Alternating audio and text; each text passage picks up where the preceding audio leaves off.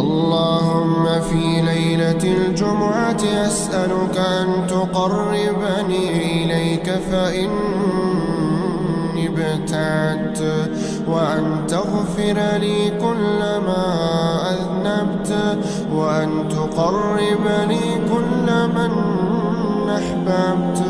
اللهم في يوم الجمعة أسألك ربي أن توفقني وسخرني وبشرني، أرح بالي وقلبي وأسعدني، اعف عني وارحمني وقر عيني.